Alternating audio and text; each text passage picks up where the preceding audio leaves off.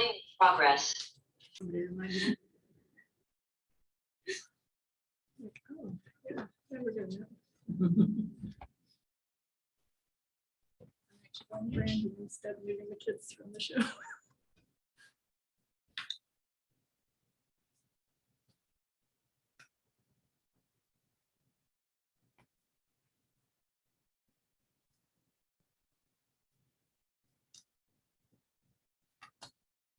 Cool stuff. Get started. Good morning. It is Wednesday, July 20th, 2022. It's 10:30 a.m. Harney County Court is in session for our regular agenda part of the meeting, and we begin with the pledge. I pledge Allegiance to the flag of the United States of America and to the republic for which it stands, one nation, under God, indivisible, with liberty and justice for all. Thank you. Item number 2, agenda approval.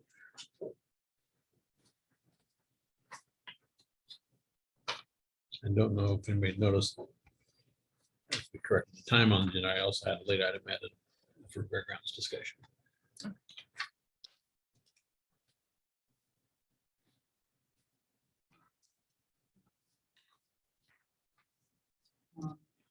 I move to approve today's agenda.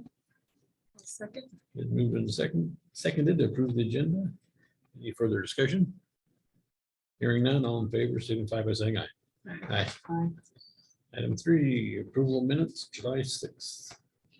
I move to approve the Harney County Court meeting minutes of July 6, 2022. I'll second. Been moved and seconded, approved minutes from July 6th, 2022. Any further discussion? Hearing none, all in favor, signify by saying aye. Aye. And opposed. Motion carries. Item 4, opportunity for public comment. You guys don't, you don't get a comment. Anybody else? Welcome, Clay. Okay. Hearing none, we'll move to item 5, old business. We have nothing listed. Item 6, new business. Aspen Restoration Project. And with us, we have Howard Richburg, Josh Giles, Melissa Moore. I don't see Lori didn't Bailey. make it, yeah. Okay. Just came back from the site. I was thinking she'd been on. Thank you.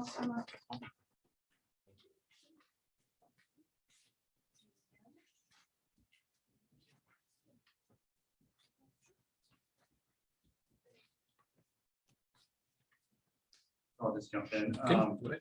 So the Aspen project, Aspen in general on Creek Range District of Mount National Forest has been applying for some time. We've been doing treatments over time that they've shown to be ineffective. So this Aspen restoration treatment is to focus on all the aspen that we have. We've identified about a little over 3,000 acres of aspen across the forest so far with our projects. That's less than 0.5% of our total forest area that is aspen. And so the intent of the project is to not only treat those in a more appropriate fashion than we have in the past, but to create a flow chart, which is on the back of the scoping package, how to treat aspen stands that we find that are treatments for aspen stands, run the gamut of coppice cutting, which is cutting the aspen, regeneration methods, cutting large trees and conifers out of aspen stands, which is something that we have traditionally steered away from, but obviously that's not working for us, so we have to start doing that. And planting, mechanical treatment, moving with heavy equipment, conifer trees, expansion of the aspen stands, and fencing protection measures such as leaching of the treatments that are suggested. The treatments won't occur completely across all of our aspen stands, so the flow chart. Ultimately, the idea is that we start in a larger area, so like a section of the forest, do a lot of treatments all at once, and then work with the permittees in that area, so we can be successful for a long time. With that, that's pretty much the asking part. So, yes. So, any questions? Yeah, just because I'm curious, and maybe it's already in the package, but first of all, what's hinging? So that would be cutting a conifer tree and then just leaving it up on a stump. So what that does is it, for a short period of time, it protects the aspen from ungulate browse. That's effective, but not effective over a large period or a large area. So in some places, we would utilize that. But we don't want to use it all the time because it creates an issue of burning it later. Stuff and with all that heavy debris there, if we do burn it through it, we'll kill everything. So we should have this. And will this plan create a lot more of the work effort on this and taken away from your other efforts, or is it just? Not really. So this is more opportunistic of trying to get these stands where we're already working as well, and then working a strategic plan into our future objectives. So this shouldn't really take away a lot of efforts from what we're doing as far as our larger vegetation projects. This will just add to that on those specific areas, specifically focusing on those aspen stands. So when we're doing our other larger vegetation, need the documents, we're separating the two, and it's not. It doesn't get identified to stop up with different projects. Do you anticipate much pushback on this? Well, the scoping closes on the 22nd, so we have a couple of days for comments, and as of yet, we have had 0 comments on it. Considering that we're proposing to cut larger trees, that there could be some pushback. I have not heard of it yet. Again, this is less than 1% of the whole forested district. So when you consider the amount of trees that we would cut, it's pretty significant. Our aspen stands are very important biologically.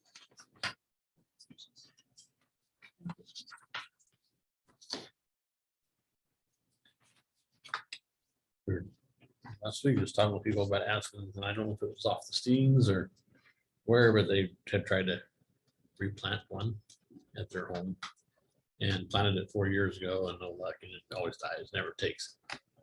4 years later, the root suckering came up back from me due to where they planted it, and actually took. So, Now they're gonna have to continue to mow it down. Yeah. Yeah.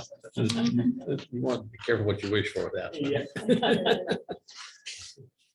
So mainly, I'm not too worried about them expanding too far. That they need little moisture sites in our woods, and then once they hit kind of the boundary of conifers, when mostly pine trees, they don't really expand much past that. You'll get fingers or stuff like that, but to get over top, then you lost sunshine. There's also a link to a story map and you can do on the first page or so. If you'd like to look at maps. Please see.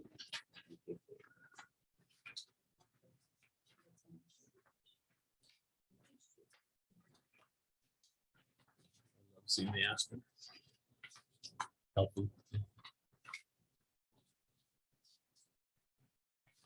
Yeah.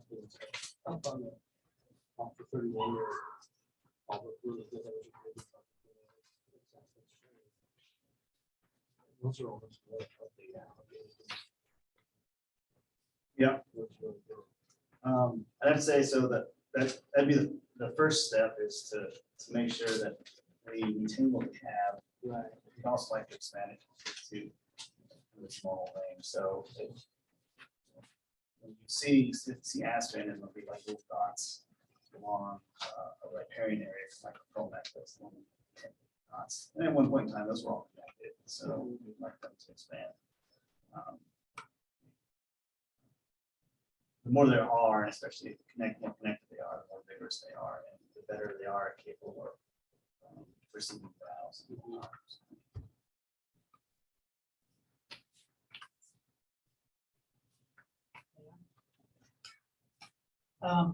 1% of your forested area is going to be affected by this plan. Are there any areas where it's denser and any permittees that are going to be affected by this? I see livestock restrictions and whatnot, removals. And obviously, the tree doesn't grow overnight, so how long do you project this or to be in place?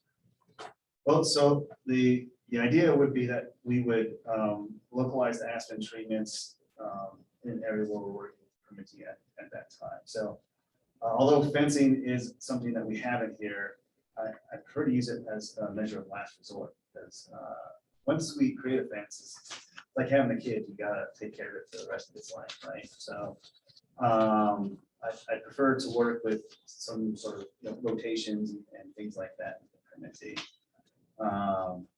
There are some areas that have denser populations of aspen, and so those areas are kind of around, it's a Dove project areas, like the 4730, 4780 road area, but and those some of our larger stands. And those stands are pretty robust, so there'd probably be less need for treatment specifically in those stands.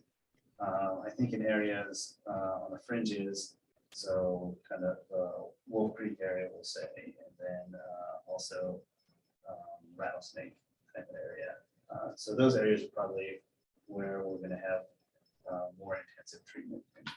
And before we do anything, of course, we have to coordinate with our partners. And in scoping to date, have you identified any socioeconomic effects of it? Not really. So when we do the EA, we will have an analysis of that, but we haven't received comments. We haven't received any comments. Thank you.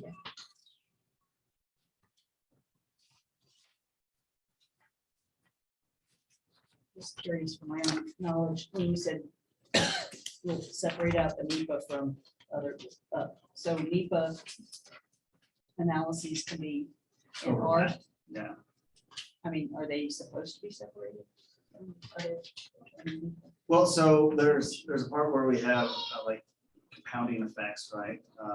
And then we identify those in our NEPA documents. So they're not completely separated, but for the specific projects, we're focusing on aspen in this particular project, whereas in other projects we would focus on like the conifer health. So we do that sometimes with CE. So this could have been probably a categorical exclusion.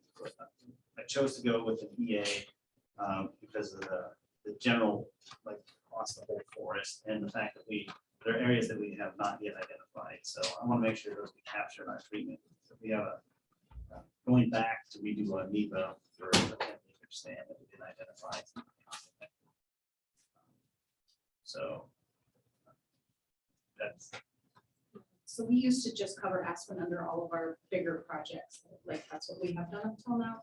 And everybody was aspen, generally speaking, it's not usually an issue, but we have negotiated aspen treatments down as a result of like objections. So this just kind of disconnects the two processes. We still go about our large landscape things. They just wouldn't include aspen because we would like to hold the aspen when we find them. And also it allows the flexibility to treat where the actions are happening for something else. So that's kind of why it's separate now, change.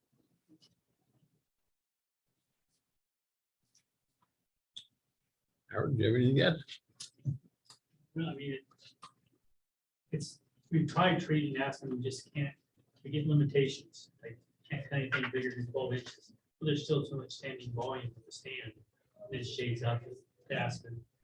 So, your hands are tied behind your back, do the job right. We want to do the job right. So actually have our aspen back. Some results. Sounds good. Okay. Any other Forest Service updates you'd like to share while you're here? Sure. So we currently still are working on the boundary project, which is on the Ocho side of the district. So we signed the Crow project. We're expecting to get 4 sales out of it. So it's so far been fairly successful. Those sales should come out at the beginning of the next fiscal year, so around October. Should be the first. Other than that, Our fire crews are all on, and sending them out on assignments, sending them out someplace else. So, we did, a few thousand acres of burning so far, and we hope to pick it up again in the fall. That's the big, things we've got going on. So I have a question on Eric. There's all this federal money for bridge replacement going on. And we were talking with our grant writer who's gonna help us out. And of course, the bridges we have around here don't really fall into those categories. One of them's on Silver Creek. And he remembered years ago that he thought Forest Service had some type of monies available because it's considered a market road. You can bring logs down that road to market. Do you have any idea if those funds still exist where I don't know if we can look into it. if you could, Silver Creek. like a co-op, I don't know if it's a cooperative? Yeah, or what there's do you- supposed to be a timber sale coming up out of there in the next couple of years, and that was kind of brought to the main front of trying to, and of course, it's got weight restrictions on it, so. So that would be both Pride Boundary and Crow. So, yeah, I'll have to look into that. Yeah, So, I wasn't aware of it. I guess the other two things, speaking of roads, so we have 2 contracts that are coming out for road meetings. So we contract that out.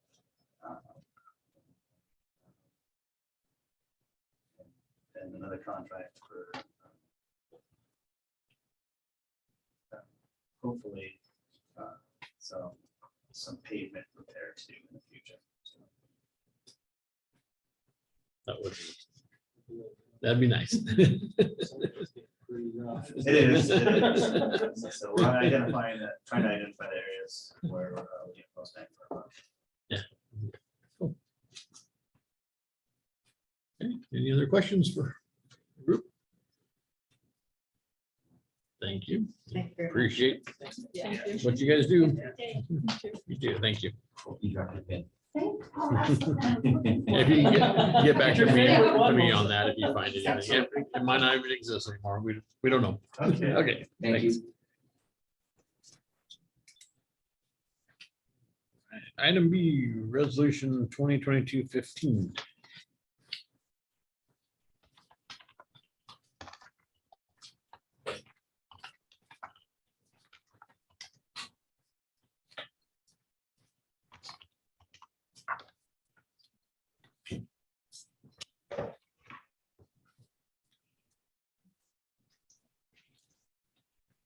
This is.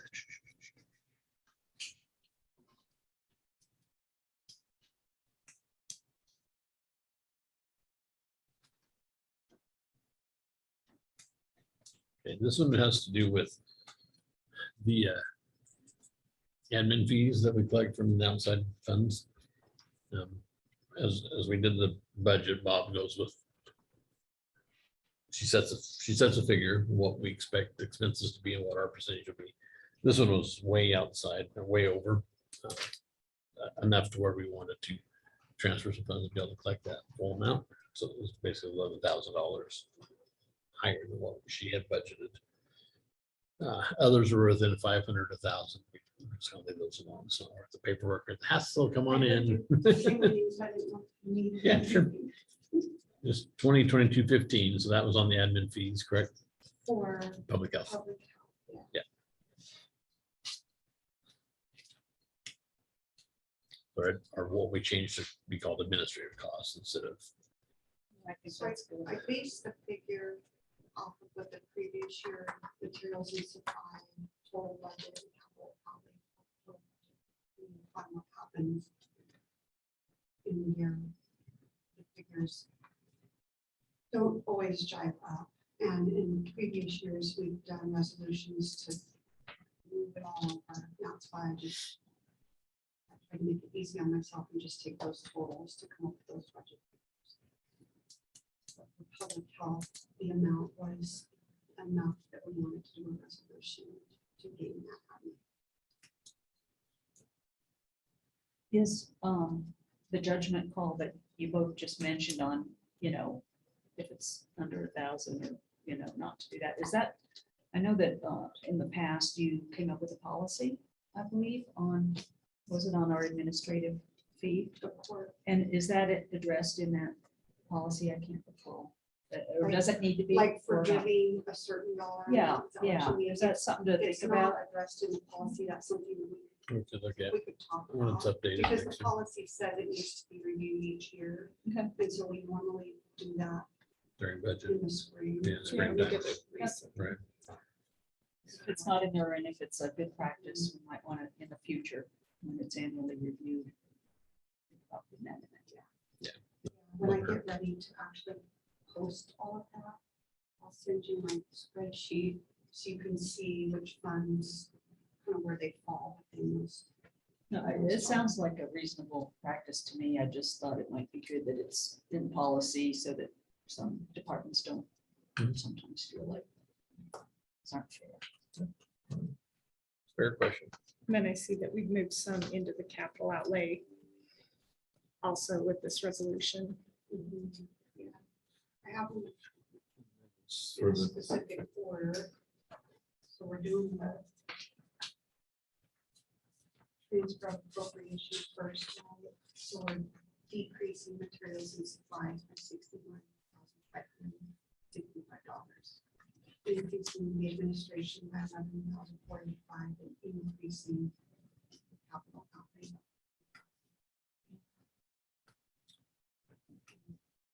The next one will. Just kind of curious on material and supplies. I mean, since that's a kind of significant change, is it just hard for them to project or estimate their material and supplies? So the budget reason we're on- decreasing materials and supplies is so we can increase those other two categories.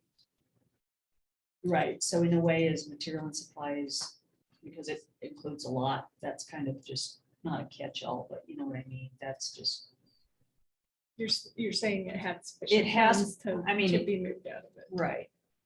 I don't understand. I guess I'm just, it's nice that we have this ability to make this significant change for what we really need it for. Right, and I mean, Is it just that it's it's, specifically coming out of the COVID line Yeah. where they had excess dollars. okay, I think that's what I was trying to tease Right. out of this. yeah, because conversation. materials and supplies are all their expense lines.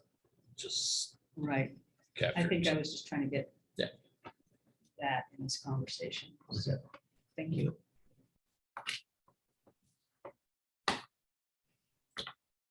Entertain motion for the first one. If we have no further questions. I move to approve resolution 2022-15 in the matter of intra-fund transfer of appropriations within categories for public health, RHC Fund 245, and as depicted in the decreasing material and supplies, 61,565, increasing administration, 11,485, and increasing capital outlay, $50,080. Second. Is moved and seconded to approve resolution 2022-15 in the matter of interfund transfer of appropriations within categories for public health, rural health clinic fund 245. Materials and supplies decrease of 61,565, administration increase 11,485, capital outlay increase $50,080. Any further discussion? Hearing none, all in favor signify by saying aye. Aye. Aye. Aye. And opposed. Motion carries.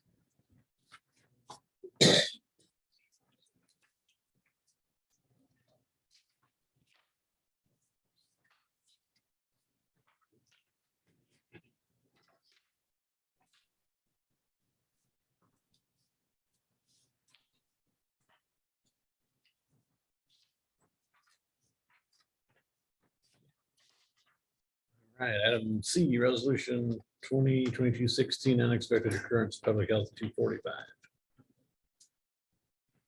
So this is a result of the house that we all looked at. It has not been purchased yet. We have to get things in line.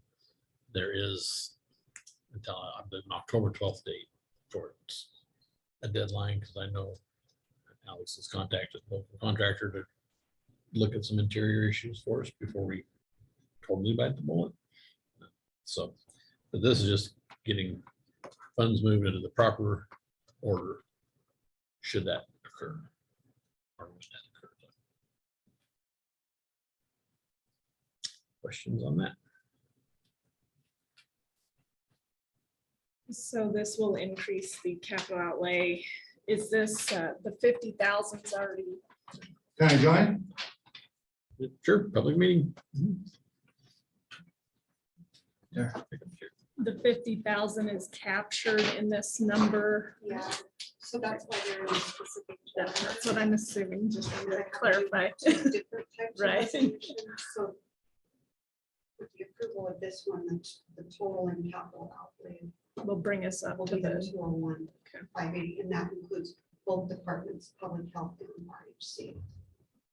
But the public health side will be the 2,000 or 200,000. And then there's 1,500 in RHC's capital outlay. I'm for a computer. so has there been any planning for any necessary remodeling though?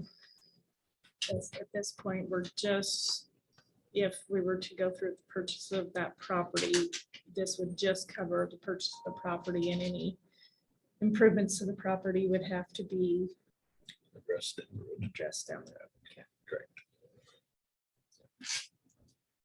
And that will be nice. He's contacted a couple of local contractors for that assessment, you know, is it a load bearing wall or not that we're talking about, what options we may have. we may not. Hopefully there might be some grants to help. Yeah, that's what I was gonna say, because I don't see any excess funds Yeah. in this budget to be able to do anything other than acquire. Unless-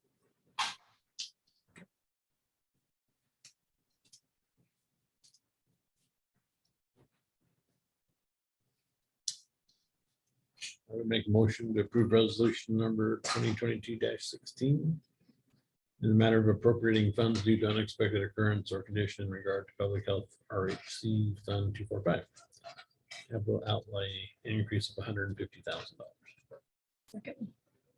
Moved and seconded to approve resolution number 2022-16 in the matter of appropriating funds due to unexpected occurrence or condition in regard to public health, rural health clinic fund 245, and the increase of $150,000. Any further discussion? Is that an Oregon revised statute, Your Honor? It's I'm not quite sure I follow your question. I'm not, this is pretty new to me.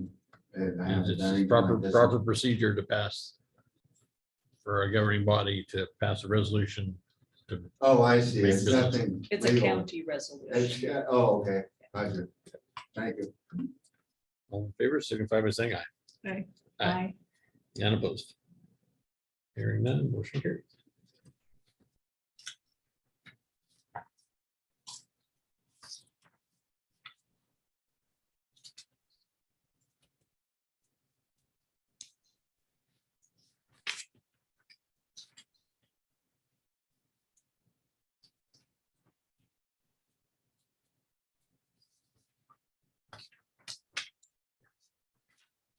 Item C, resolution number 2022-17 in the matter of interfund transfer of appropriations within categories for road fund 202.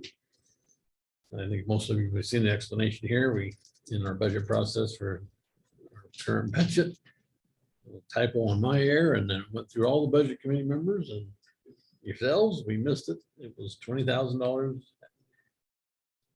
Has been for several years, and they only entered 2,000. So it's transfer, it's an increase of 18,000 in materials and supplies and decreasing admin from 18,000.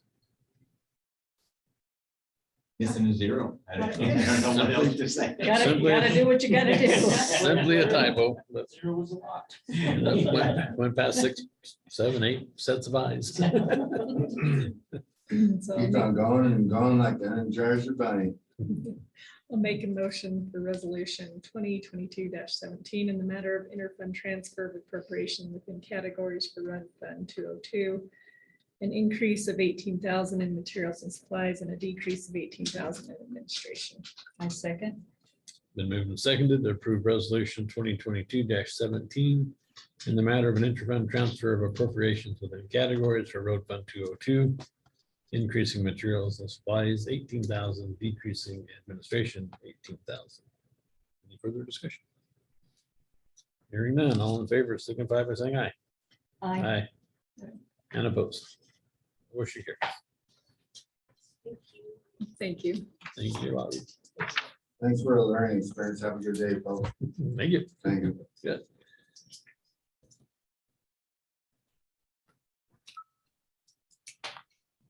Item E.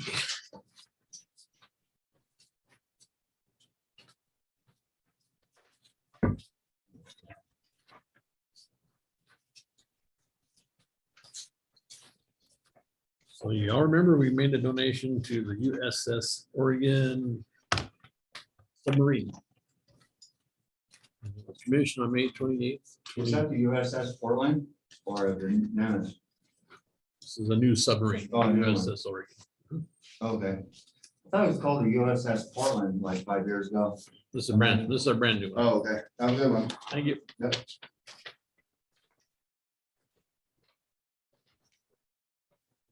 So Dave Ford, the one that came and made the presentation to us, I'll just read his letter. He brought this by last week. So a couple months ago, I and another member of the USS Oregon Commissioning Committee, Steve Daniels, made a presentation to the court and solicited a donation from Harney County to support the crew of the Oregon during this recently completed commissioning of the boat.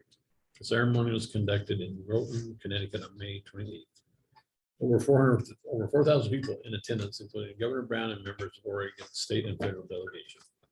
By all measures, a major success made the more so by contributions such as that which Harney County made. Thank you. Included in the package with this note is an honorary plank owner's plank presented to Harney County to recognize your contribution to the efforts of the commissioning committee. As we mentioned during our presentation, the commissioning of U.S. naval warship was ripe with tradition. The plank is one example of that tradition. In earlier times of tall masts and wooden ships, the first crew members were recruited to help build the ship, and upon completion and commissioning were presented with small planks made of scraps from the construction of the ship. Only the first crew members were authorized to have these crew members were called plank owners, and as it was then and is now, a great honor to be termed a plank owner. This plank is presented to Harney County as a reminder of how important your support was to the commissioning of the USS Oregon. The USS Oregon is still operating on the East Coast, finishing post-commissioning trials, but is currently planned to move sometime in the future to Hawaii. Who knows, things like that can change. We thank you again for your support. Respectfully, David Ford, USS Oregon Commissioning Committee. Nice plaque.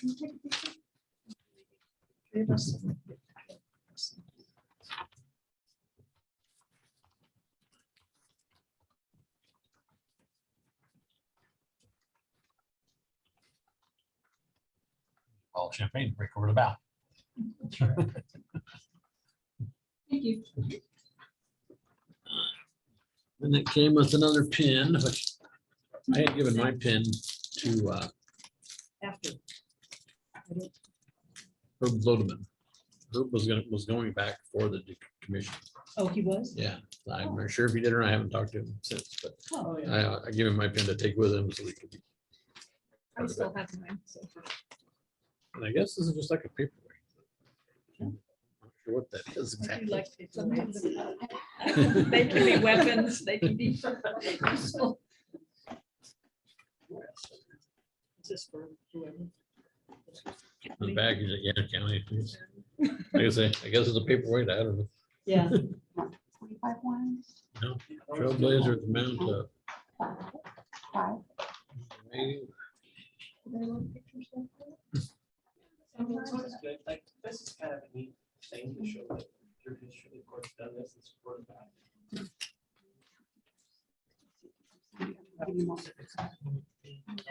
I did. Yeah, it's not- it'd be- 10, 20, 30, 35. That's the paperweight to go. you can have the, like the letter and the. picture, like, 9, 5, 6, 7, 8, 900. Hey, Bobby Joe, mute. I'm coming. She can't hear. She can't hear. Literally.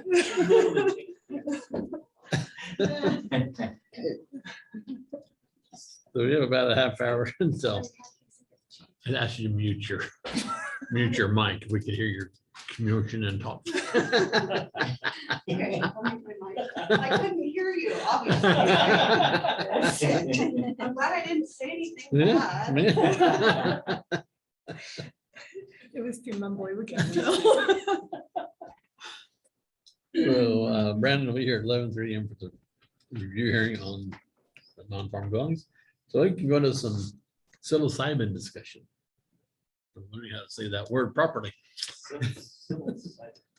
So psilocybin is the, I don't know if I want to say psychedelic mushroom, but the mushroom that was approved by voters in Oregon, not in Harnett County. Back in 2020, on November 3. So Commissioner Doral might actually have a little more information on it because You'd there's some think. back and forth with county council. There's other counties that are passing ordinances to either delay it coming to their county or being involved in it or banning it in their county altogether. I think Dominic has written us up a sample. So, yeah, so my understanding is what you said, basically, you know, it's legal for these medicinal purposes in the state of Oregon. That was passed by the voters across the state back in 2020. And now kind of, it seems like quickly, this rollout from Oregon Health Authority, you know, some legalistic things, is that ballot measure 109 from when the voters in 2020, it's been codified as an ORS. And so this now is going to, the governing body of a county may adopt an ordinance to be referred to the electors. So it's not an ordinance that we just pass it and it's in place as law. You have to pass an ordinance in order to get it on the ballot if your county may want to opt out of, otherwise it would be mandatory and permanent that manufacturers and service centers for the use of this stuff would happen in your county. So right now, instead of they're saying, if you want to do it, apply to do these things, it's the opposite. It's like everybody's going to do it. It'll be legal to do it in your county unless you and your electors opt out. And I don't know if that's a permanent opt-out. It looks like there's a 2-year delay. We're trying to get, Similar to the procedure for marijuana, though, isn't it? Right. Wasn't that the same? That's kind of the You have to assumption at prove this no- point. and it's sort of catching a lot of the counties kind of like, oh, you know, this is happening quickly. We need to get on this. The cities, I've heard, you know, some of the radio spots for the city of Burns and city of Hines, also as cities, they would address that as well. And I've made some calls to our own mental health professionals and some law enforcement, just to ask, you know, do you have a view on this? Obviously, if this is a substance that when properly licensed and regulated is of health benefit to folks, right? That's what it is supposed to be. Then I was trying to get a sense of, is there any way to know, are there a lot of people, whatever a lot means, in our county that require this access to this? Is it a rare thing? A lot of the other eastern counties, just from emails, nothing formal, are looking to refer the opt-out to their voters here in the east side of the state. I don't know about the west side. And I heard one of the commissioners in Lake County say, you know, they're somewhat concerned if everyone else all around them opts out and they don't, then they'll be the center where a lot of folks may flock to this over time. And everything starts out good when you have the rules and the regulations and the oversight and the licensing and all that lined out really well. It's when all the illegal stuff that requires a lot of resources to enforce, that isn't planned for and funded, those are just all the considerations. So I don't know a lot. I'm trying to find out more, but time is of the essence for us to address as a governing body, whether we want to refer an ordinance to the voters. And Is it not available by prescription right now? it must be, I I'm think thinking. it is. Only available with a trained and approved mental health provider in their office. You cannot just take it at home. You have to be in the presence of a mental health provider in their office to take this drug. And And you have to supervise the whole And they process. have to do, yeah, they will not release you until you are finished with correct. whatever is going on. I read about it, like, it has to be, it's supervised. Yes, because it creates It's a some. mind altering drug. It's a mind altering drug, and the process of therapy that it contributes to has to occur.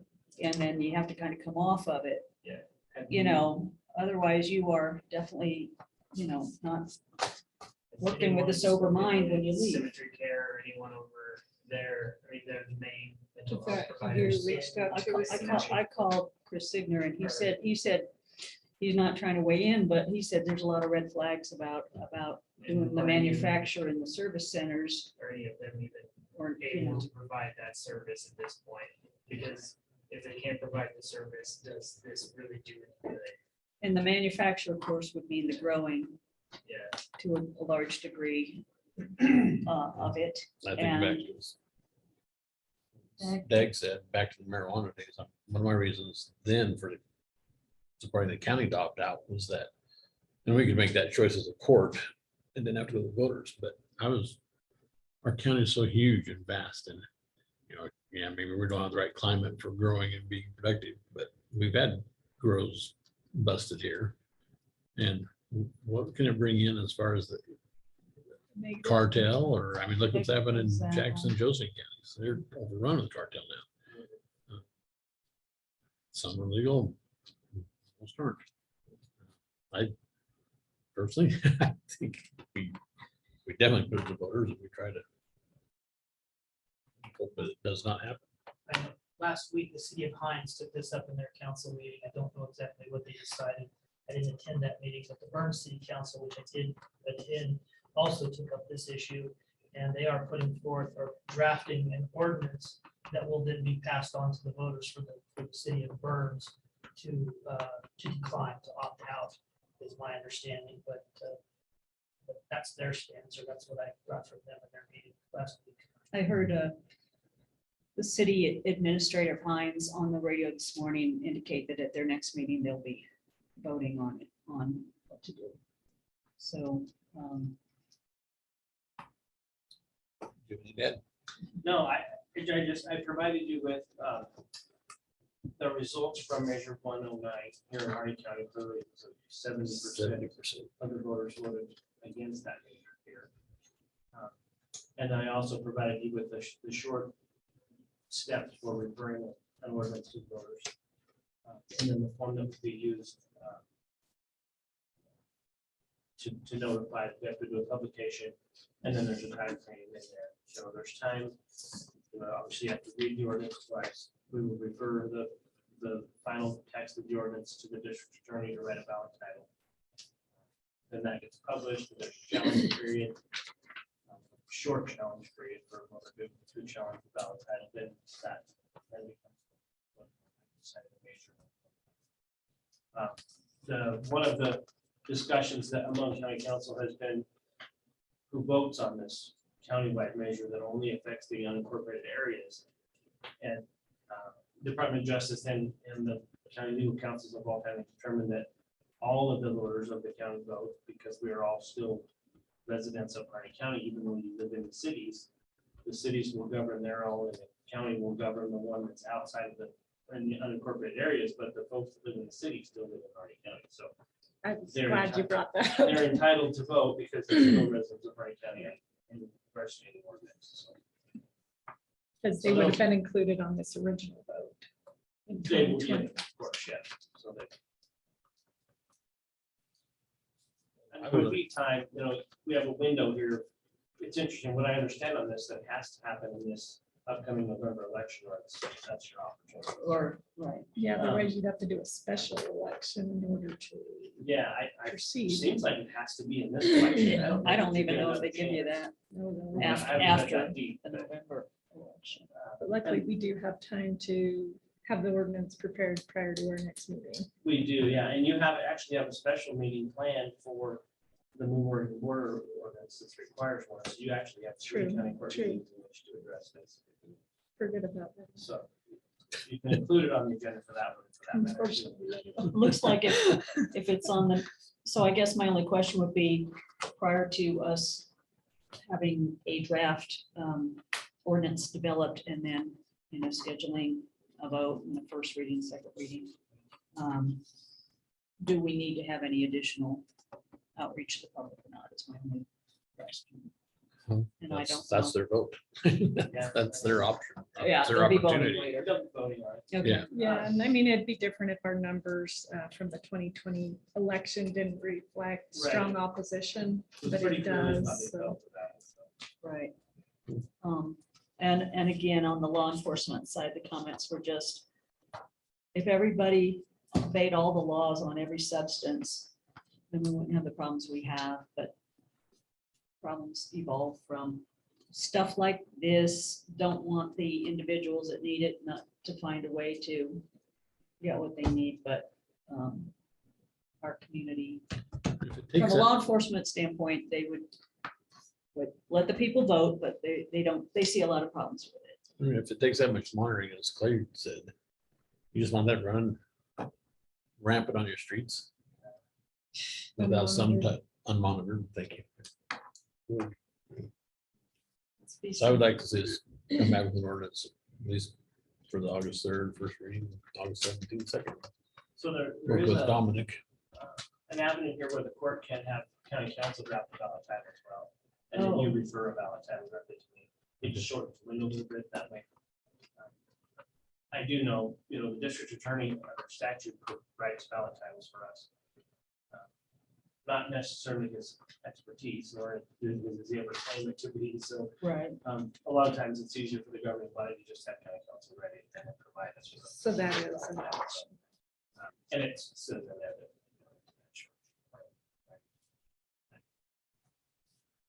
But we can work with Dominic on that, whichever you guys prefer. Or Dominic and DA can talk to. It would be convenient, to be honest with you, if the ballot titles were similar among the three entities that are gonna have this on a ballot together. Yes, that would be. Less Not to confuse the confusing. voters, but it's- No, there's danger in that.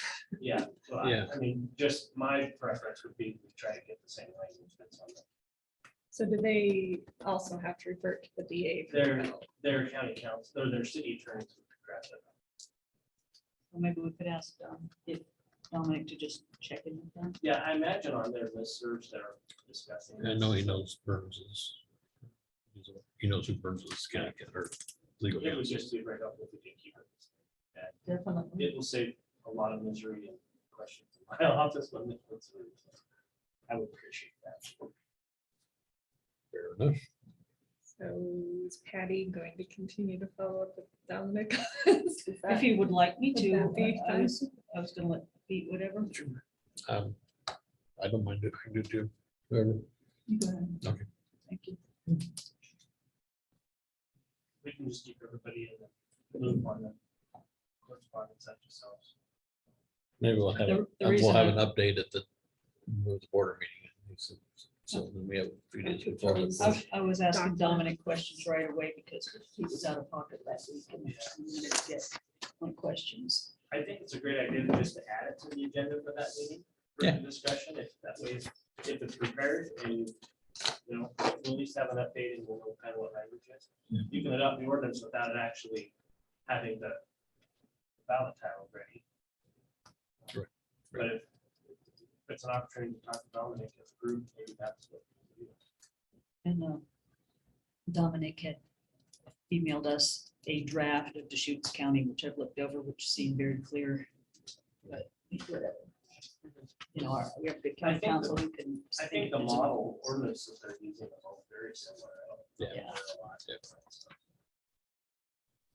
So, since we're kind of talking about the move the board meeting, what time do we want to meet? It seems like, We tried the evening. yeah, We could try it like at 5:30 if you want evening, or we could try an afternoon meeting, or I don't know why I thought someone at a previous meeting had said the next one would be at 10 a.m. It doesn't matter to me. I'm open that day. Whatever works. What date is this for? This would be, 27th. July 27th. I had written on my agenda for that meeting, 6 P M on the 27th. That was our original proposed time. nothing we can forward. I would just soon do it earlier in the day myself.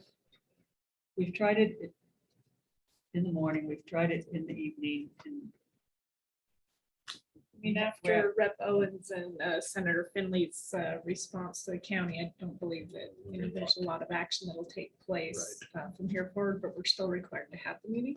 every 3 times a year. So, I mean, I. Should we try an afternoon meeting? Sure. Does that Yeah, work? that would be better. 1, 2, One. No. Come on. 1:15, I prefer. 1:15. Oh, you people. I hate 1:00 meetings. 'cause I didn't, you never know what's gonna, if you have a lunch meeting or something, somebody you just don't get out of them. 15 minutes. Okay. I don't have a life anytime it's fine. It's always interesting when we're managing a counter though, like you come back from lunch, well suddenly there's someone here that trying to deal with it. But on the 1 days, o'clock, it's like, I miss them almost every time because somebody's staying at the counter. while it's open. I miss my 1 o'clock. he does that. 1:15. Probably last about 2. Yes.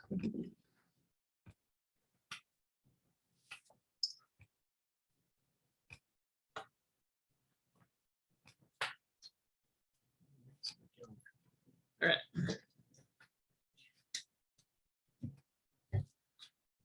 Okay, Brandon's usually early. I'm surprised he isn't here. yeah, it's true. Thank you all. Thank Thank you. Thank you. Dave. So this is, he brought this to us. We had this discussion. Nothing Right. Official on some of the applications that come across the counter that can be handled by staff without going before the planning commission. So follow up on that when he strolls in.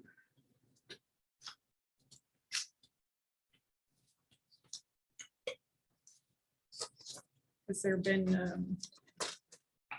the change made in the staff down there at this point? They started working with their last week, I believe. it was. This week, starting to get- Is it in person? No, we talked about, Oh, yeah. okay. That takes place yet? Okay. yeah, just a few hours last week. I understand. Thank you, Working out Eric. schedule. Thanks. Eric, It's a little goofy. this- No, right? Which is your? I got out of the room. Are there no public water notices? this time? yep. There are. The transfer preliminary determination, looks like it's, who's Nomarco Inc. in Crane? It's like a familiar PO box. This wasn't in the scan stuff. so see Oh, what it sorry. is. Yeah, I didn't make it. to the skin. Water use. Big Hill LLC out of Ridgefield, Washington, Northwest Farm Credit Services, an extension of time.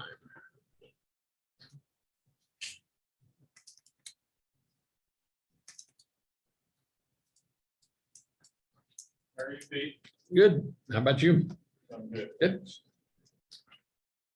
And for the hearing, Is this the meeting? this is it. Yep. Wow. We're just waiting for your fearless leader. There you.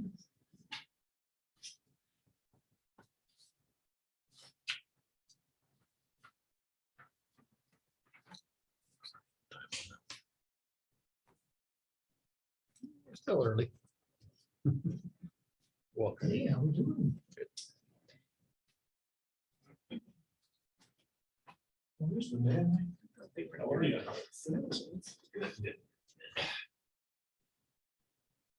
Patty, Christian, how are you? Good. Happy Denver. I'm fine, thanks. Still able to take nourishment. Trying to avoid the grasshoppers out of your house. Yeah, they don't taste very good either. They sure hit hard. Yes, they do. I've killed my share. Yeah, my car looks like it's been in the slaughter.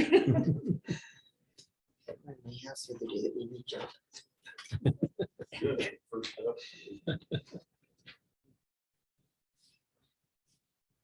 We're ready when you are. Oh, okay. I was trying to tell if there's an advertised time on your end. There was of 11:30. Okay. If the court's ready to proceed, we can Yeah. start to go. I think we're good. So this is the opening of the official county court review for this land use amendment. Yep.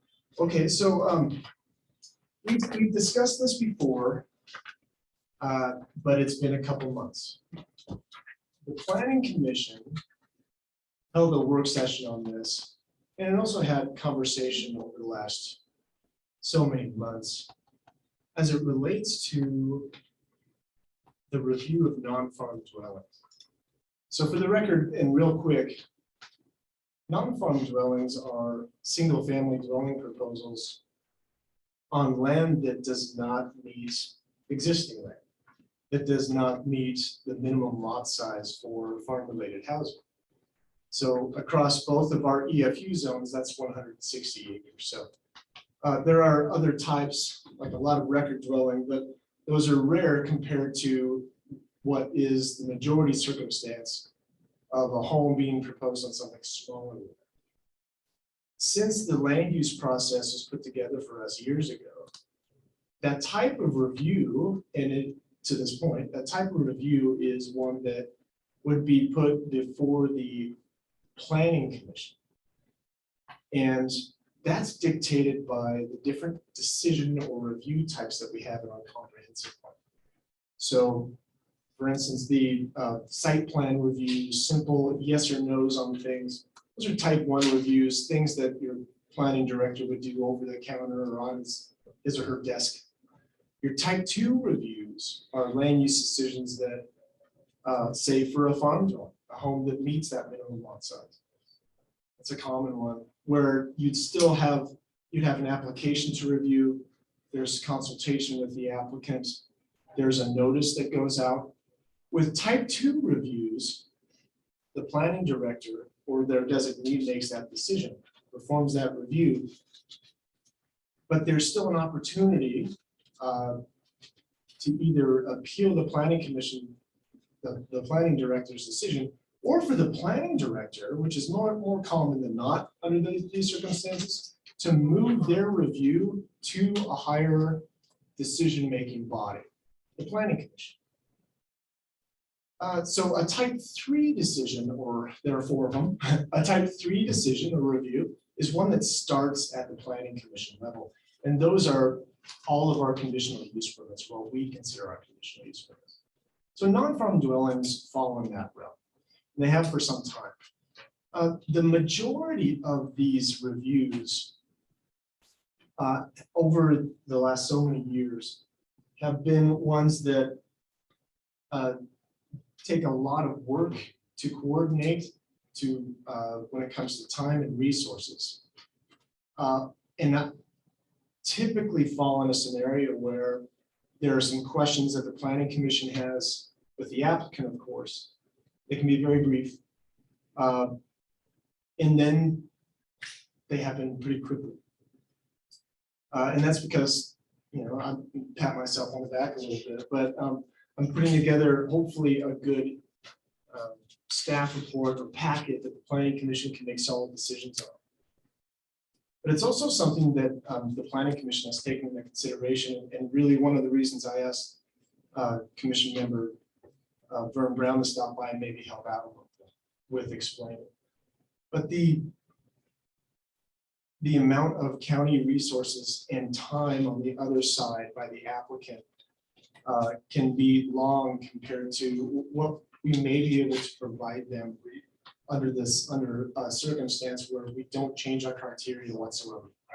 So in other words, we can save the county and more importantly, the applicant some time in a very short building season that we have under these types of very common reviews. Specifically, and that's just non-farm dwellings.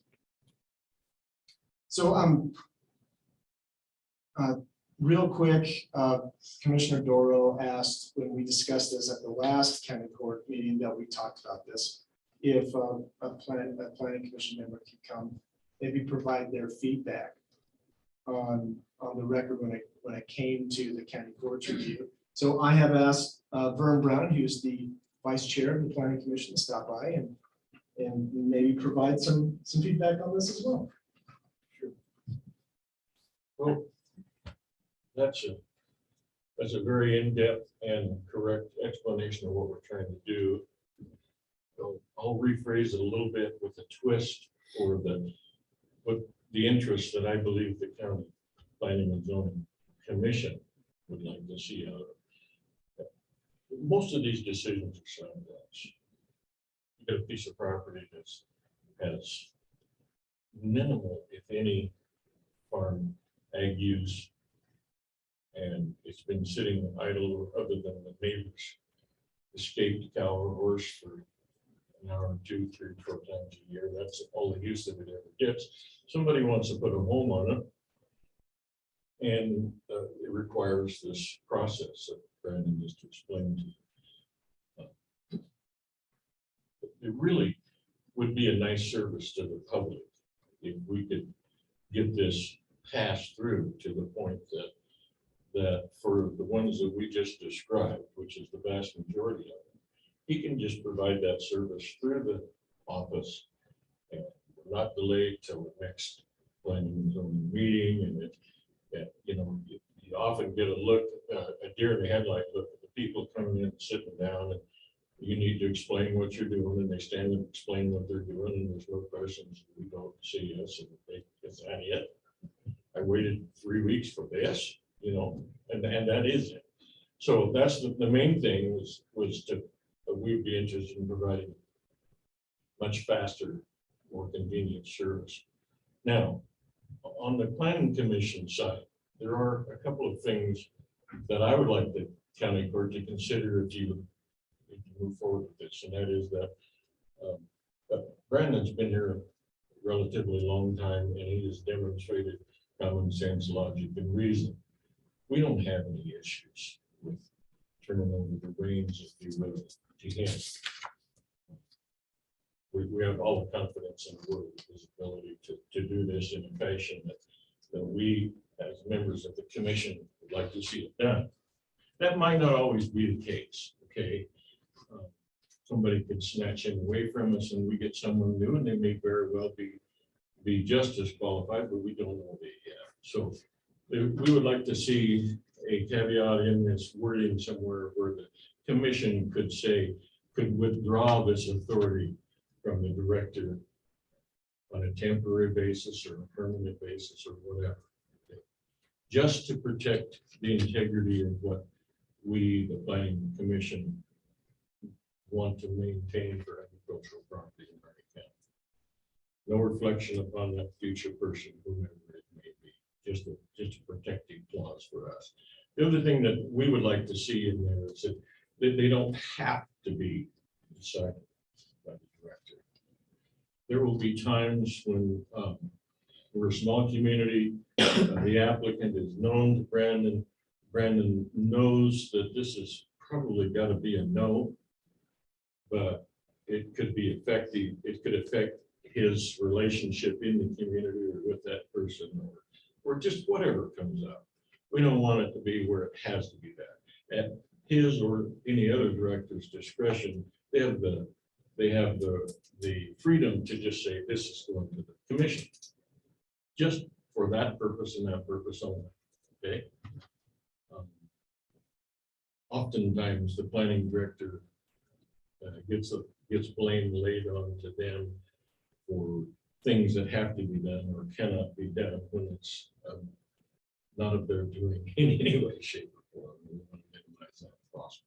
The second thing is that we wanted to protect our director to where if there is, and I'm going to use the word significant opposition, and he will know this, or the director, whoever the director is, the time to know this. It goes out there, you get your public comment. Somebody might come up and say, well, I don't know if I like this or not. Well, that's not significant opposition.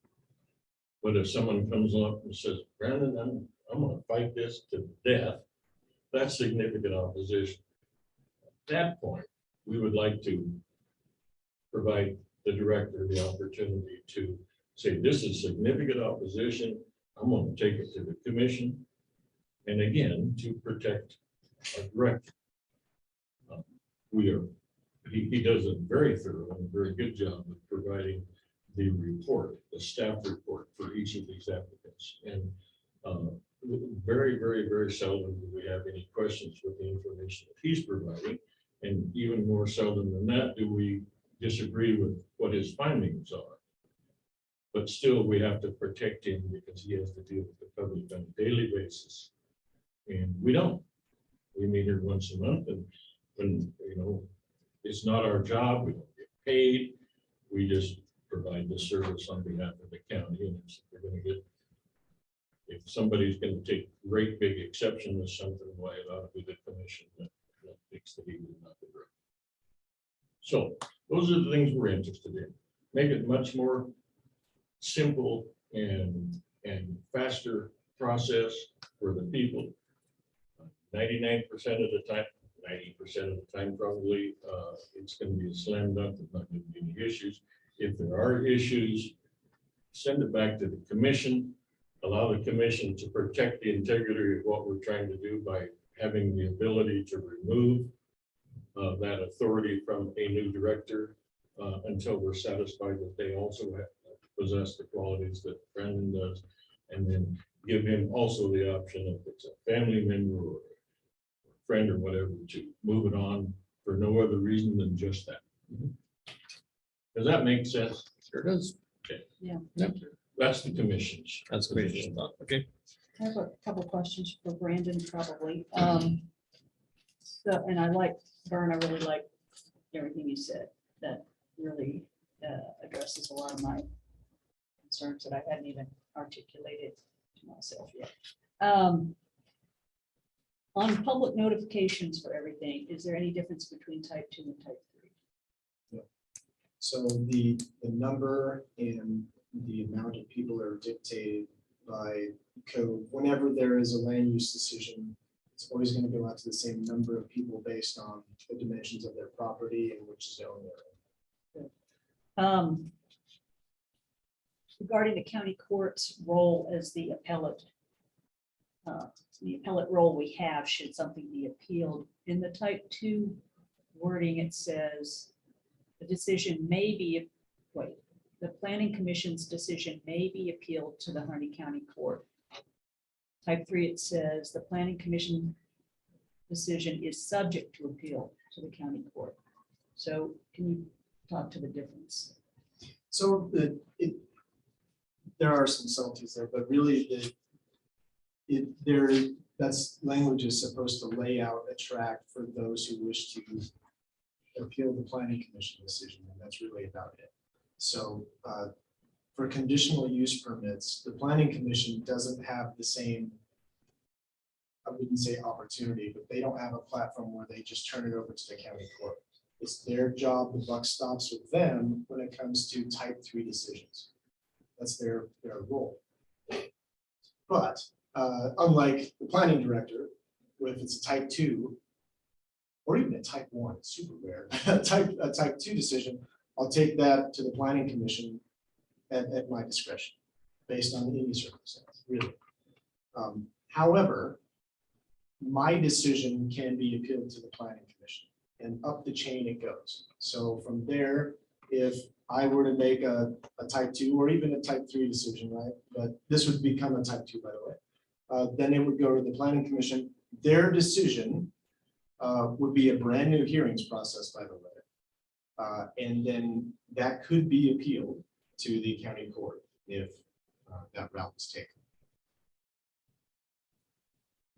Where the timing challenge, there's a timing element to this that is important, that we haven't been challenged on since I've been here, but it has been a part that you've got to consider. An applicant can file a writ of mandamus if the county hasn't made a final decision on their application within 150 days. So by the time their application is deemed complete, the county has 150 days to make a final determination on that. So if you have 3 levels of decision making, you get real close based on the requirements for notification, the amount of time that your decision-making body meets on these matters. You get real close to moving over that threshold where an applicant can file with circuit court a writ of mandamus. We've never been there since I've been here, but that is a potential challenge to think about when you do these sort of things. So what Vern has brought up is super critical, is that you should have a staff member that knows and understands that if you see something coming, let's not necessarily have it go through the type 2. Let's just bump it up to a type 3 so that we don't have to worry about that writ of mandamus scenario coming into play. Makes a lot of sense. So in section B, you say the type 2 review of non-farm dwelling, the planning director will move the decision before the planning commission if substantial or substantive negative comments are received. Do you feel that that captures what Vern was saying with your discretionary abilities, but also with the planning commission being able to also in turn have the discretion of pulling that back to them in the future if we have a change in staff? So yeah, I think it captures that first one. I'm not sure it captures that second one. Is that Can I something we, throw in a comment here? I would, as a planning commission member, I would very much like to see wording of that withdrawing the authority be very carefully worded. Okay, well, then I it need to isn't know something how, that's, if we can legally do that, that would be the other. yeah, it's just not something that we're interested in using as a punitive thing. Right. And it should be ahead of the game. If it isn't something like we go along and some new directors and they make 3 decisions we don't like, no, okay, we'll show you, you don't have the authority anymore. That's not what it's for.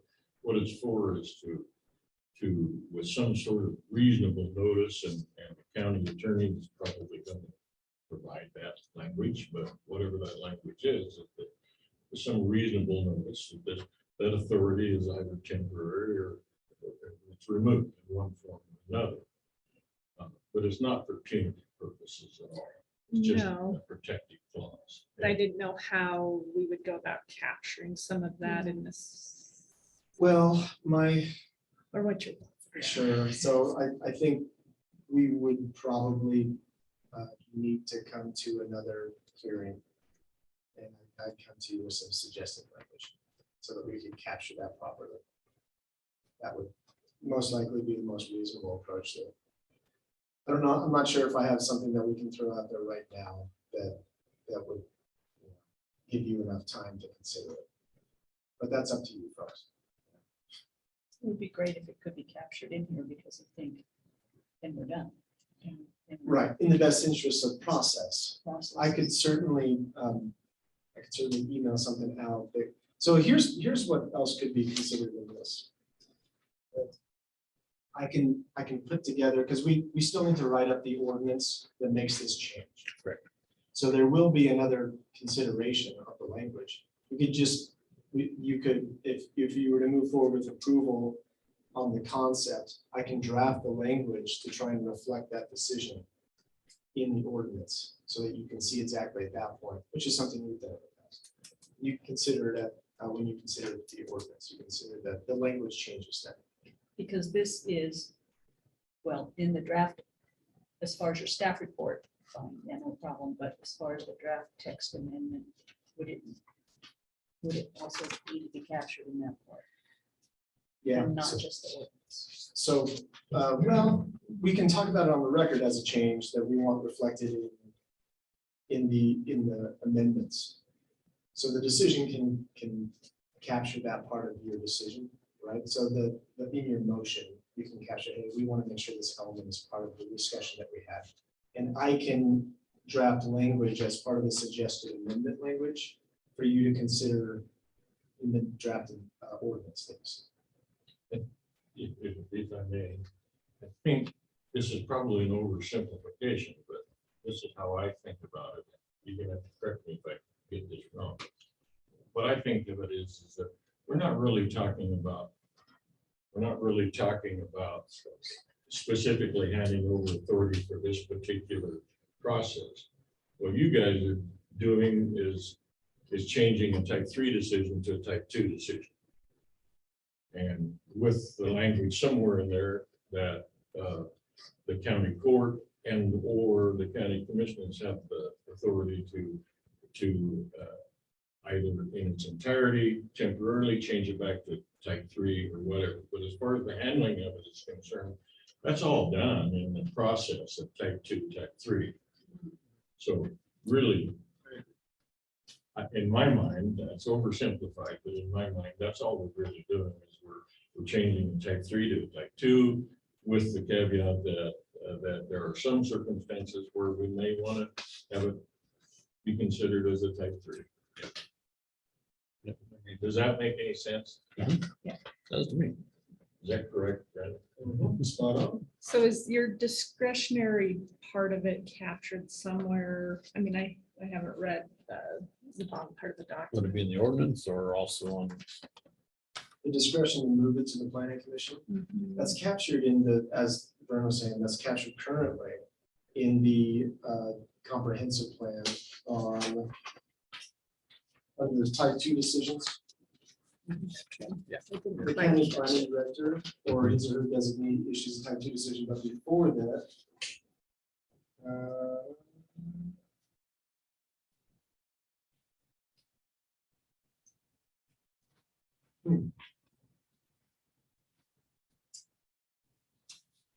Yeah. Interesting. So I thought it was in there. It is in the language for in the zoning ordinance. So the zoning ordinance, and I should pull that up, but the zoning ordinance does say the planning director can move a type 2 decision to the planning commission for the review. Specifically lines it out. So I could borrow that language. And the fact on this. Do we have to borrow that language? Because it's in there and we're gonna call it type 3 and type 2. I Right. think The for, moment that this is approved, we really don't need to borrow the language. We Right. just recognize that that ability is there.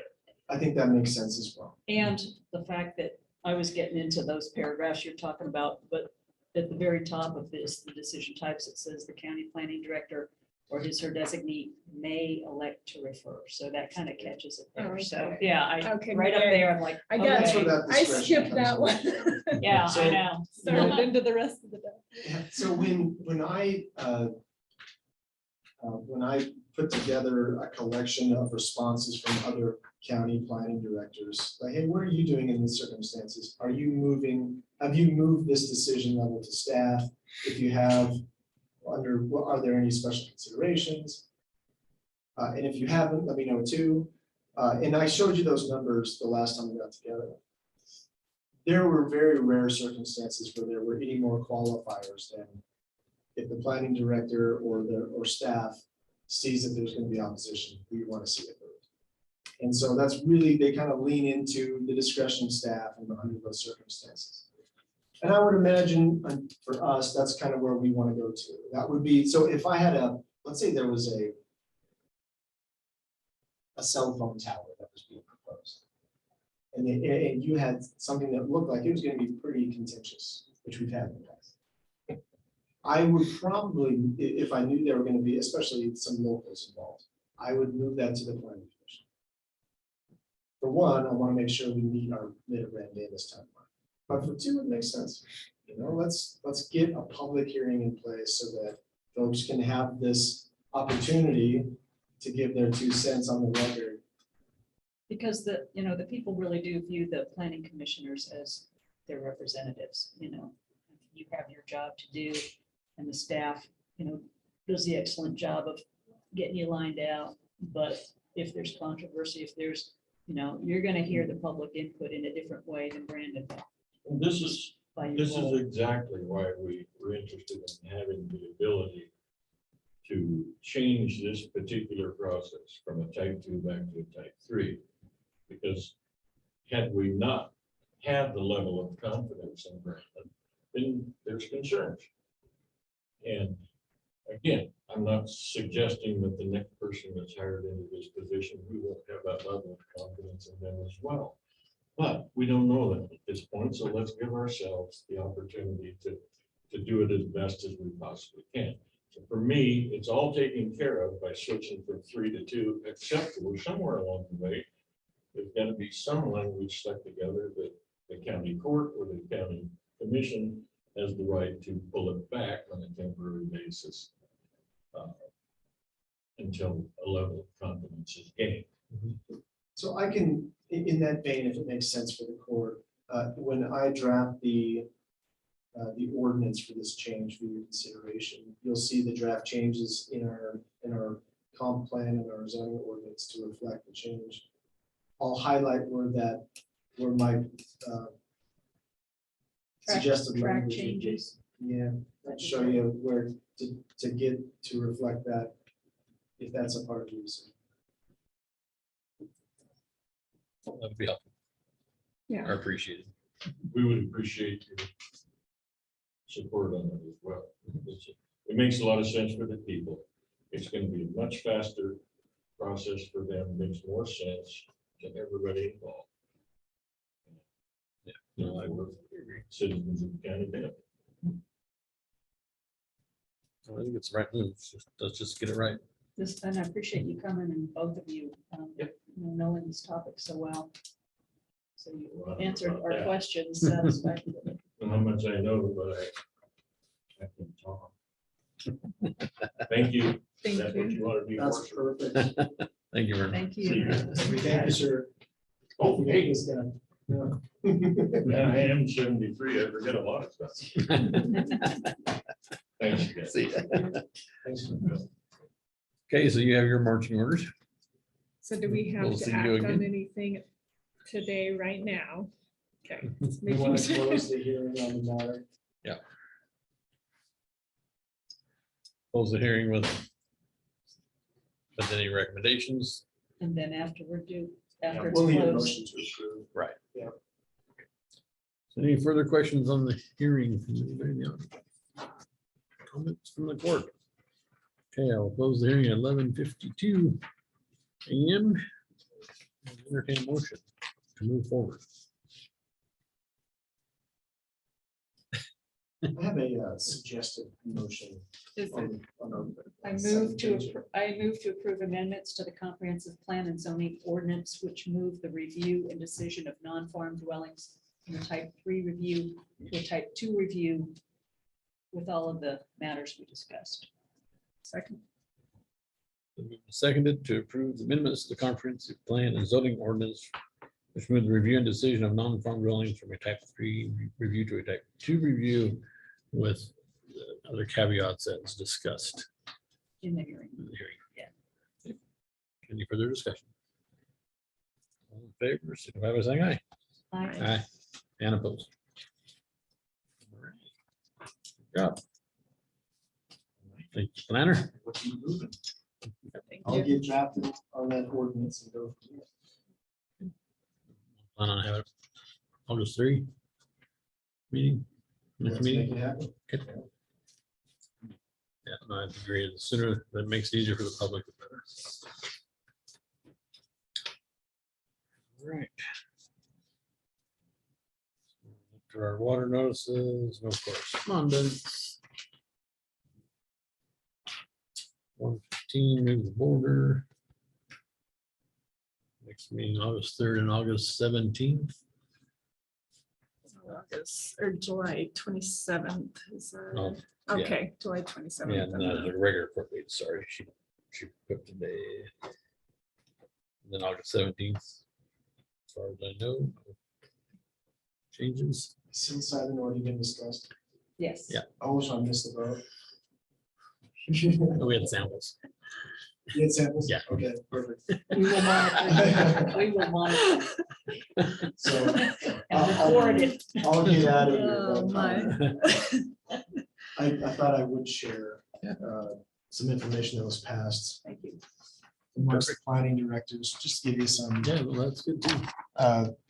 It was kind of as we do, we're information collectors, and it's kind of a poor black and white representation of the work that Josh did for Douglas County. But we kind of put a summary together of those counties that responded as far as planning directors are concerned, what their course of action is going to be, and how they're going to respond, whether they're going to opt out or not, or somewhere in between. So this is talking about the planning directors. This is planning director feedback. This isn't from any county elected official, but this is their response. So I thought it was interesting information to have. There was a county administrators meeting last week, the week before. I guess it was the Thursday and I was away.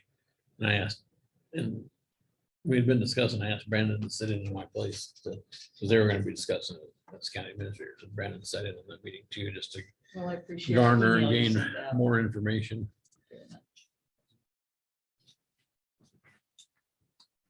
Alrighty, Well, that's good information. Thank you. Thank you. y'all have a good one. Thanks. Do you have your new meeting? Nope. We're doing it in person. With the conference. And all that is Wednesday. Sure, they want to make sure you pay money. They want you They want you to go. We move on to the late item, and it's probably a short discussion, but fairgrounds. Yeah, and as I've thought about this, I think that next time somebody has a question with that, instead of coming straight to you without having talked to the fair manager, you probably should have made contact with her before jumping straight. He to spoke talk. like he had. He'd only talked to Dennis, and Dennis had said, you need to talk to Lindsay. That's the proper point of contact. And instead he just came straight up. And so, he didn't even have a chance to, or Lindsay didn't even have a chance to discuss with them that we already had plans for making contact with the state fire marshal as we move forward, because you're going to still need to put in another fire hydrant as you add the building. And then have a fire hydrant that's out down by the stall area that had a Right. leak that we had to remove, but where we're removing that old bathroom in front of the stalls that's been dilapidated for multiple years now. Mhm. The plan is to move that fire hydrant back closer to the track, so it's not, as you reconfigure the stalls, it's not out in the center. And so there's multiple things that she was actually hoping to discuss with them. And as close as that one is currently to the memorial building, it's really not a good location. If either building is on fire, it's so close that you wouldn't want to be using that hydrant anyway. You'd probably be using the one that's closer to the food court because it has distance from a structure fire.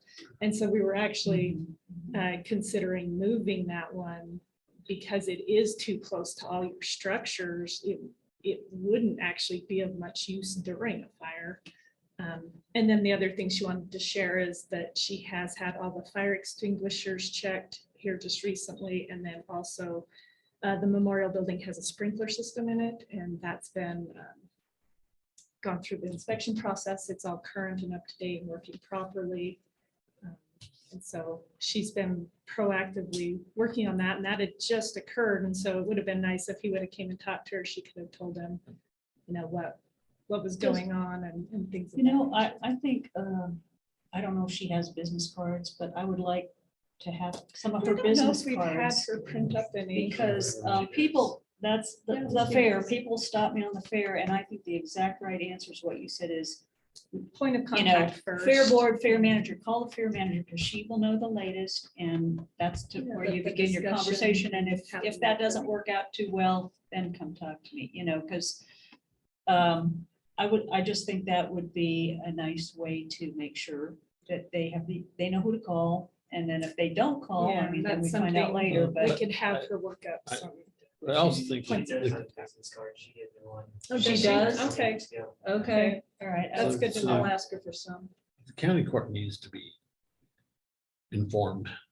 I mean, I would think it'd been nice to know that that road is gonna be removed prior to the road being removed. well, and that was one of those decisions made Yeah, when we they- saw the bid for the Yeah. water project. The bid understand that. was a lot higher.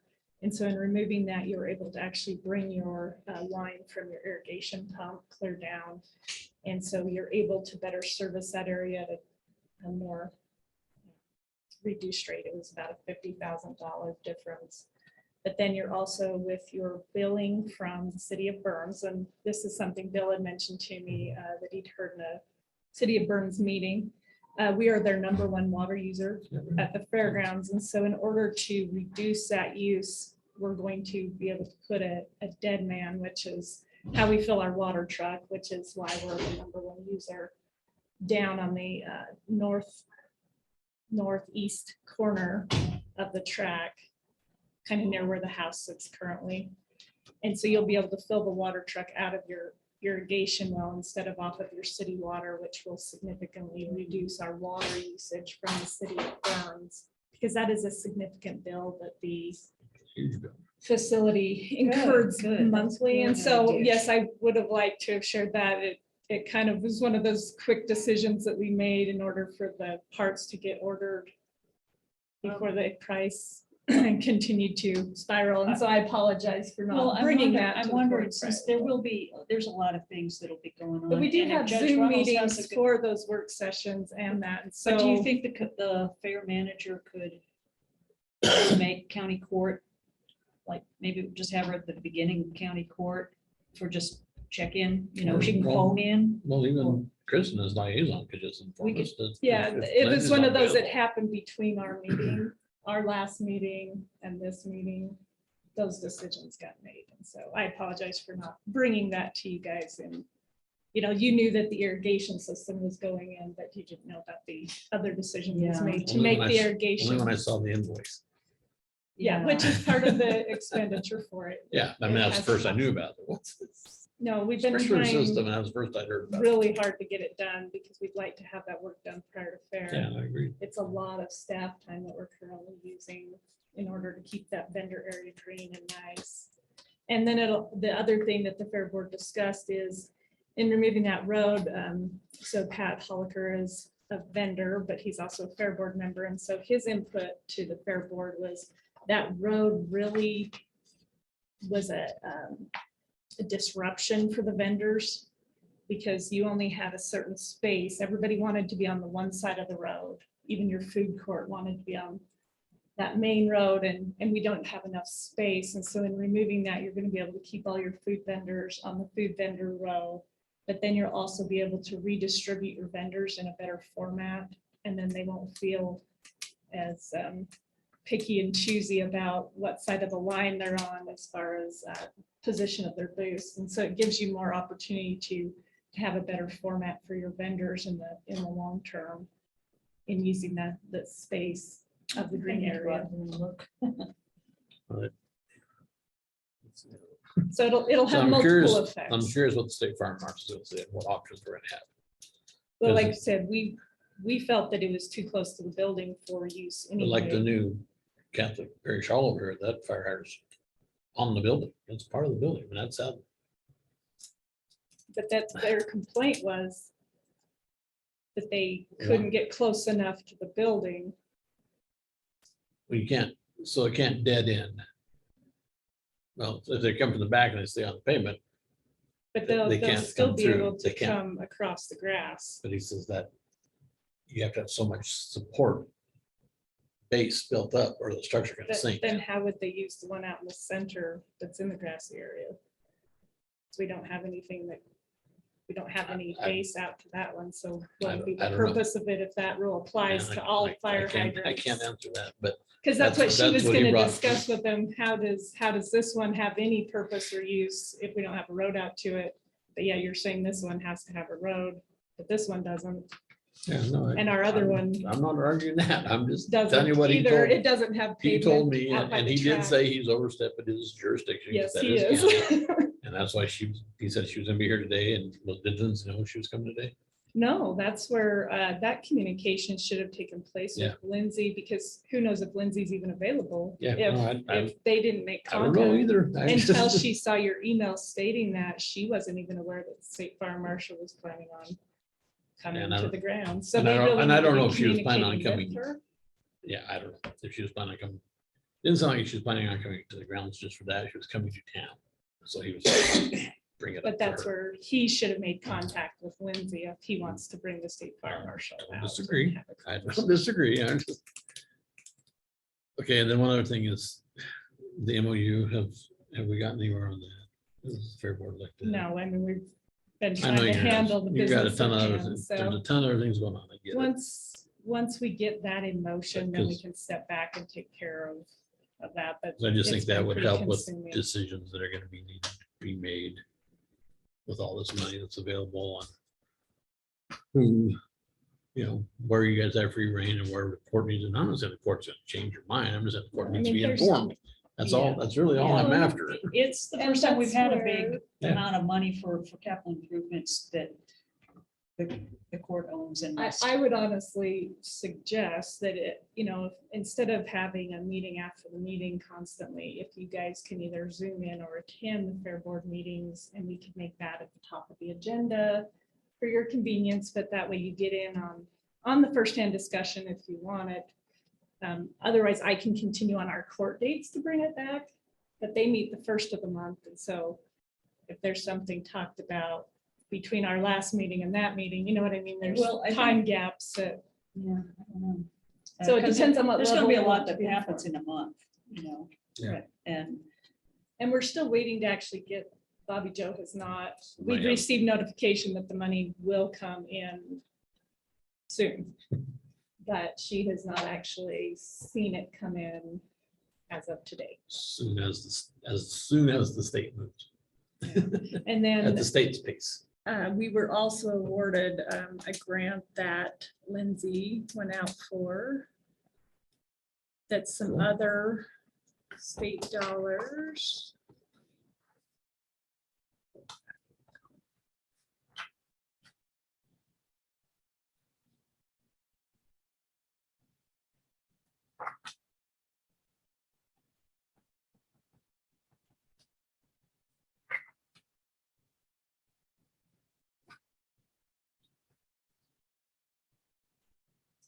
The person was it sent it. It wasn't a name that I normally get. It's from Business Oregon. so Oh, there it is. do you know if Lindsay or the Fair Board has a page or two that's called the budget for the money, that lays out? the We have budget? to receive it in order to put it into the fund. Once the fund's there, then she I will, just- like she has it for the $1 million. I mean, just a working document Yeah, where they she kind has. of, We've only spent, until we just approved this, we'd only Maybe spent like the- $750 to test the irrigation out of the first million. well, maybe, And now the maybe second budget's not the right thing, expenditure- but just the list of the ballpark amounts they're estimating they're gonna be Intended spent on. expenditures. Yeah, the of intended fund. expenditures, for a project like this. Well, once we get the funds in hand, we've already reached out to the group that did the strategic plan originally for the fairgrounds. And so then we will contract with them to do that next phase of planning that you're kind of referring to, where you would start getting ballpark figures and that for the construction, because we went out and we talked to the people in Idaho that would provide the building potentially, but we have other things that you need in part of that roadmap. And so like they do engineered structured buildings. So any structure you buy from them would be already signed off to meet your codes in your area. but then you have the lean-to that will come off of it and other things. And so that company, we've already, like say, You got talked to them, and snow as load, you soon got all as we kinds of have things you have to figure out. money in hand, then we can put together, they have a contract that we can sign, and then they will Yeah. move forward with the design and getting all those pieces I know. officially I out. think of ARPA, I think of things like where you have money, you kind Yeah, of know what they the have the outcome, but it can ballparks get of nickel it, dime but- with stuff that's important that comes up and then how much you No, got we left. have those discussions, and we've had that. I don't know if she has it in just one spot, but we do feel that the funds will be sufficient to cover that project. But back to the other Yeah, how one, much is that? it said, congratulations on your capital fairgrounds. Your county fairgrounds capital improvement project was funded for $277,777 for the reference projects. So that was from House Bill 5006 from the 2021 Oregon legislative session.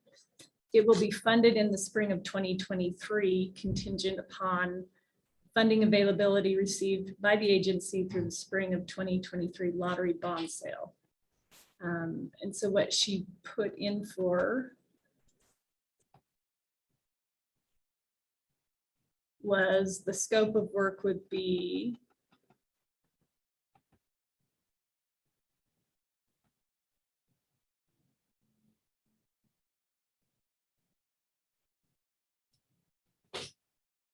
a livestock shelter and public address system projects is what she put in for. So that would help cover the funds to expand our livestock shelters as we transition between what we currently have on site and what we're going to be needing. We're assuming that there will be a year overlap between the time you take that out and perhaps the next county fair. And so coming off the dry barn, they're proposing to build that out, and then all your livestock stuff could take place in there for a year. But then in the end, the dry barn would be a more usable size. And then where Suzanne never came through with any funds for the sound system at the fairgrounds with some of those monies, as we'd originally talked about, part of the sound system would be done through these funds. So that, in So it's grand a total, conditional that award. brings us So it's not- closer to, Conditional award, so it's not 5 million from the state. totally guaranteed. Well, all she I has mean, to it do will- is it will be. provide the details Yeah, chance. on the projects. Good. She found that in one of her fair board or fair manager meetings about that. And so we had projects already planned. Right, yep. Most entities didn't have anything to put Yeah. in. They hadn't, had anything on their radar. And so ours was very likely to get funded in this first round I think- because we had projects that were ready. We've seen that with the broadband, with the housing. If we have a plan and you made that investment on your own somehow through grant or your own funds, you go to the top of the pack when the real money comes, and it's very beneficial. Well, and the first round's 5 million, and then they'll have a second round, which you can only apply for one round. But there's 2 pots of 5 million that would be available to fairgrounds. And so we're gonna get in on this first round with this. Cool. Okay, so I guess I'm just asking for communication.